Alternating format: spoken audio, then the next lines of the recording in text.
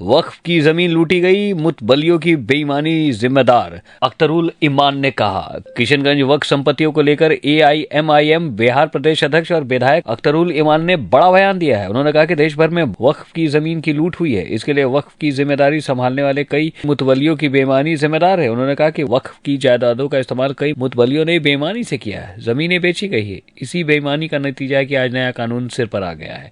अख्तरुल ईमान ने कहा कि आज खटमल मक्खी मच्छर की खातिर मोदी घर को आग लगाने की सोच रहे हैं। हमें ऐसी जहरीली दवा देनी चाहिए कि ये खटमल मक्खी हमेशा के लिए मर जाए। उन्होंने कहा कि वक्फ की जमीन पर लोग बहुत कम किराया देकर कब्जा जमाए बैठे हैं। जहां प्राइवेट दुकानों का किराया 15,000 रुपए है, वही वक्फ की जमीन पर सिर्फ 1500 रुपए में दुकानें चल रही है।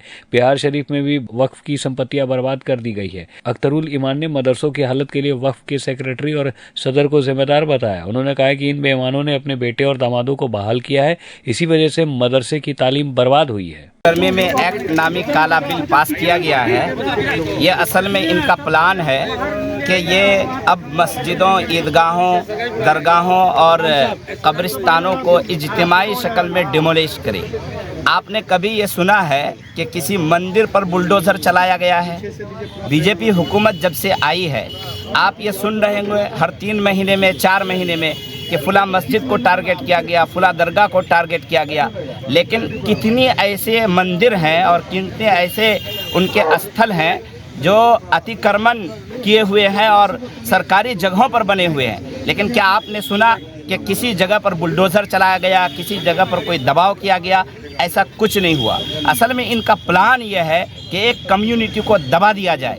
उस कम्युनिटी का दम घुटने लगा है, उस कम्युनिटी के लोग परेशान हो चुके हैं। अब उस कम्युनिटी को आप कितना दबाना चाह रहे हैं? यही वजह है कि सुप्रीम कोर्ट ने संज्ञान लिया है और तुषार मेहता साहब को डांट लगाई है। तुषार मेहता साहब ने डांट खाने के बाद खुद ही अपील किया था कि अब इसको 1 हफ्ते के लिए स्टे किया जाए। लिहाजा मैं ये कहना चाहूँगा कोर्ट से बराह रास्त कि कोर्ट इस सिलसिले में इंसाफ करें और सही फैसला दें। 20 तारीख थोपने की कोशिश हो रही है, जो संविधान पर थोपने की कोशिश हो रही है, इसके खिलाफ हम मजम्मत करते हैं, हम एहतजाज करते हैं। और इसके लिए हम लोगों ने किशनगंज शहर में लहरा मैदान में 20 अप्रैल बरोज़ इतवार को एक ऐतिहासिक प्रोग्राम बनाया, क्योंकि इस मौजूदा सरकार हम ही नहीं, पूरी सेकुलर ताकत को, पूरे संविधान पे टारगेट रखी है और आज भी और संविधान पर वार किया। हम पूरे देश के लोग,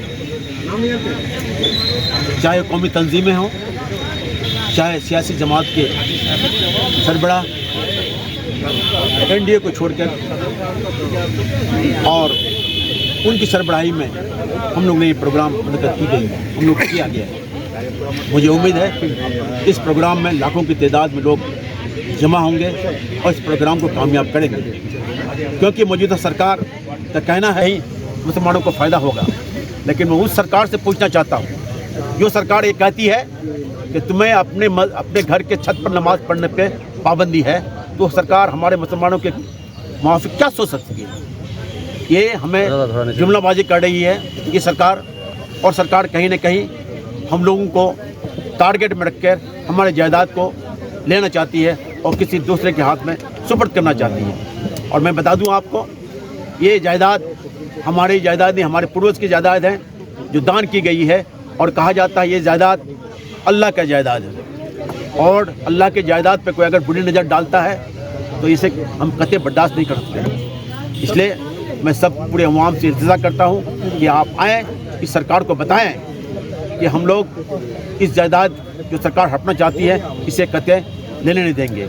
और आपको पता होगा कल सर्वोच्च न्यायालय ने जो फैसला दिया है या फिर कुछ वक्त दिया है सरकार को कि आप बताएं कि आप इस ट्रस्ट में, मुसलमानों के ट्रस्ट में अगर किसी हिंदू को रखते हैं तो आप हिंदू के ट्रस्ट में मुसलमानों को क्यों नहीं रखते हैं? इसका जवाब 1 हफ्ते के अंदर दें। और सरकार ने 5 मई को सरकार कोई न कोई फैसला देगी। मुझे उम्मीद है, पूरे देश की जनता को उम्मीद है, पूरे देश के सेकुलर मिजाज के लोगों को उम्मीद है कि कहीं न कहीं हमारे मुआफ़िक फैसला होगा। मुझे उम्मीद है। बहुत बहुत शुक्रिया। साहब का ले लीजिए। अप्रैल को विशाल ऐतिहासिक जनसभा का आयोजन किया जा रहा है। देखिए, भारत एक लोकतांत्रिक और सेकुलर स्टेट है और हमारे देश का संविधान सबको अपनी मजहब की आज़ादी देता है और मजहबी कार्य को संपन्न करने की स्वतंत्रता देता है। मोदी जी ने वक्फ तरमीमी बिल, ये कानून जो 2025 को मंजूर किया है, ये देश के संविधान पर वो सीधा प्रहार है। उसकी आत्मा को इसने आघात पहुंचाया है। ये मुसलमानों के गर्दन पर नंगी तलवार है। ये जो हमारी मस्जिदें हैं, मकबरे हैं, ईदगाहें हैं, खानकाहें हैं, इमाम बाड़े हैं और ये कब्रिस्तान है, ये सब वक्फ की प्रॉपर्टी है और मुसलमान इसको अल्लाह की मिल्कियत समझता है, अल्लाह की संपत्ति समझता है। वो अपने घर पर हमला बर्दाश्त कर सकता है लेकिन ईश्वर की संपत्ति पर बर्दाश्त नहीं कर सकता। और मोदी की गहरी साजिश है कि मुसलमानों को सजदे करने की भी इजाज़त नहीं हो, उनके मस्जिदों में ताले लगें, उनके मुर्दे को भी दफनाने नहीं दिया जाए, उनके कब्रिस्तानों पर कब्जा हो, उनके बच्चे मजहबी तालीम हासिल न कर सके, उनके मदरसों पर पाबंदी लगे। इसी बदनीयती से उसने ये काला कानून लाने का काम किया है और इसके ज़रिए से हमारी कब्रिस्तानों पर, खानकाहों पर, दरगाहों की ज़मीन पर नाजायज़ कब्जा होगा और कहीं न कहीं से हिंदू और मुसलमानों में जो मोहब्बत है, इसमें भेदभाव पैदा करके वो खाना जंगी पैदा करने चाहते हैं। इसलिए देश के संविधान के खिलाफ है और हमारे धार्मिक आज़ादी के खिलाफ है और इस देश के हिंदू और मुसलमानों के अमन और आस्ती के खिलाफ है। यही वजह है ईसाई हो इस काले कानून के खिलाफ है कि हम देश में प्यार और मोहब्बत से रहना चाहते हैं।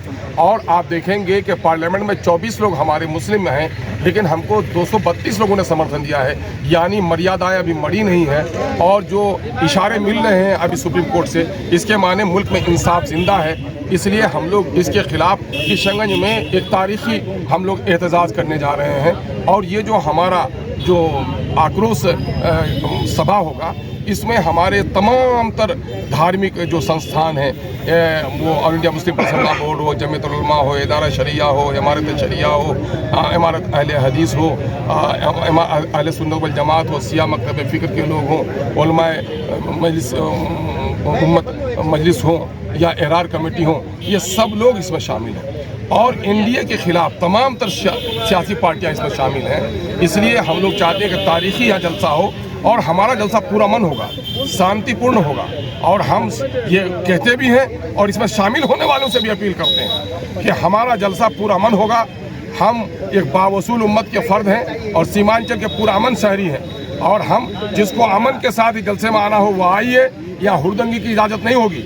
आपको ख्याल रखना है कि हुड़दंगी पैदा करने वाले लोग हमारे अपने लोग नहीं हैं, ये गैर लोग होते हैं। ऐसे लोगों पर पैनी नज़र रखनी है हमारे लोगों को और हम समझते हैं कि हमारी ईमानी गैरत और इस देश के एक जिम्मेदार शहरी होने की हैसियत से इस काले कानून की मुखालफत करना हमारा दीनी और ईमानी फरीज़ा ही नहीं है बल्कि हमारा संवैधानिक दायित्व भी है। इसका निर्वहन करेंगे और इस एहतजाजी जलसे को हम लोग तारीख साज बनाएंगे कि सीमांचल में ऐसा जलसा कभी नहीं हुआ है, वो करके हम लोग दिखाने का इरादा रखते हैं। सबसे सस्ती, सबसे अच्छी और सबसे किफायती मोबाइल एसेसरीज पाने के लिए पहुँचे हर्षित टेलीकॉम।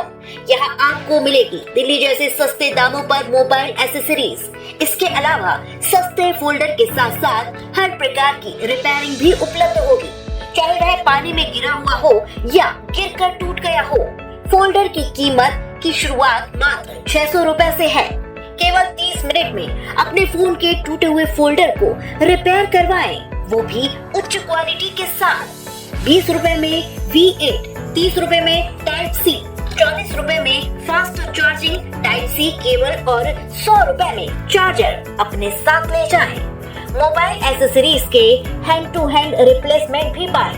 जय खरीदारी करने पर मिलेगा आपको गिफ्ट। डीलर और डिस्ट्रीब्यूटर बनने के लिए तुरंत संपर्क करें। हमारा मोबाइल नंबर है 9837678207। हर्षित टेलीकॉम, महाराजा कॉम्प्लेक्स के सामने वाली गली, टी पॉइंट पर, दिल्ली वाली बाउंड्री, सामुदायिक चिकित्सालय के सामने, मंडी चौराहा, महेंद्र नगर, मथुरा।